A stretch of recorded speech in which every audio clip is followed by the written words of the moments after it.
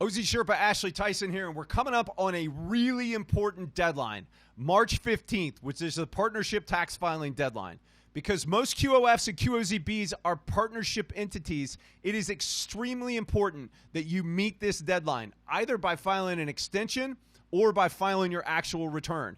The reason why this is so important is because in order to make your qualified opportunity fund an actual QOF, you need to file Form 8996 with your QOF timely. If you fail to do so, the only redress is through a private letter ruling, which the cost of that starts at $30,000. So it's extremely important that you pay attention to this deadline, which is why we are having a workshop to specifically cover this and to meet with a CPA to help you go through this, potentially even help you get your extensions filed, and maybe even look at filing your returns as well. So join us for this workshop. We're going to talk about March 15th. We're going to talk about some of the other pitfalls that you need to be very concerned about, because we want to make sure that you are compliant and that you get the benefit of your qualified opportunity fund, because that's what we're all about at OZPros. We're all about taking you to the summit of the Opportunity Zone Mountain.